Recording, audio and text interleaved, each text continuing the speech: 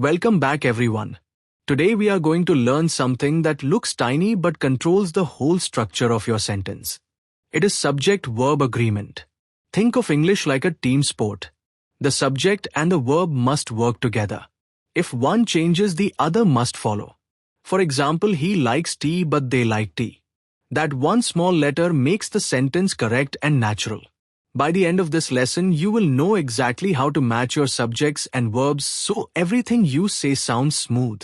So what exactly is subject-verb agreement? It simply means that the subject and the verb must match in number.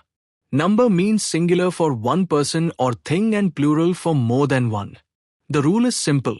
A singular subject takes a singular verb and a plural subject takes a plural verb.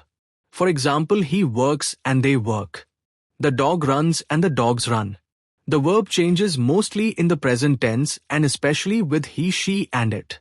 Now here is the main rule you must remember. With he, she and it you add s to the verb. He writes. She sings. It rains. With I, you, we and the you use the base verb with no s. I write. You sing. We study. They play. If you keep this rule in your mind, everything else becomes easy. But English has a few tricky subjects, so let us look at them. When two subjects are joined with and it becomes plural. Arvind and Ramesh are friends. Coffee and tea are available.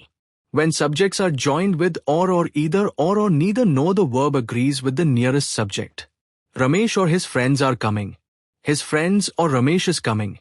Uncountable nouns such as water, money and information are always singular. Water is important. Money is useful. Information is valuable. Words like everyone, someone, anybody and nobody are also singular. Everyone likes music. Somebody is calling. Nobody knows the answer. And then we have singular nouns that look plural such as mathematics or news. Mathematics is difficult. News is interesting. These are the areas where learners usually struggle, but now you will not. Let us listen to a small conversation between Arvind and Ramesh so you can hear these rules in action. Arvind says, "Hey Ramesh, everyone in the office wants coffee today." Ramesh laughs and says, "Yeah, even the manager needs one." Arvind says, "By the way, either Ramesh or Arvind is supposed to lead the meeting." Ramesh says, "Wait, what? I thought you were doing it." Arvind says, "No, the schedule shows your name." Ramesh replies, The emails look confusing."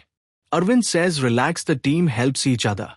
Ramesh says, "True, my presentation looks ready anyway." Arvind says, "Great, by the way, your bag and your laptop are in the meeting room." Ramesh says, "Perfect, everything seems ready, let us go." If you listen carefully, you can hear the verbs change based on the subject. That is how natural English works. Now it is your turn for a quick practice. Say your answers aloud. My friend likes pizza. My parents live in India. Everything looks perfect. Either Arvind or Ramesh is coming. The students study together. Milk is in the fridge. He needs a break. Hearing yourself say the correct forms helps your brain remember the pattern. Before we finish, let me remind you of some common mistakes learners make. People likes is wrong. People like is correct. The news are is wrong. The news is correct. Everybody know is incorrect. Everybody knows is correct. My family are depends on British style, but in American English we say my family is. When you get these small things right, your English sounds clean, confident and polished. You have done great in this unit. Subject-verb agreement is small but very powerful.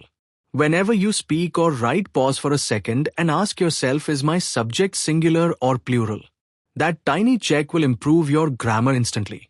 Excellent job today, and I will see you in the next unit.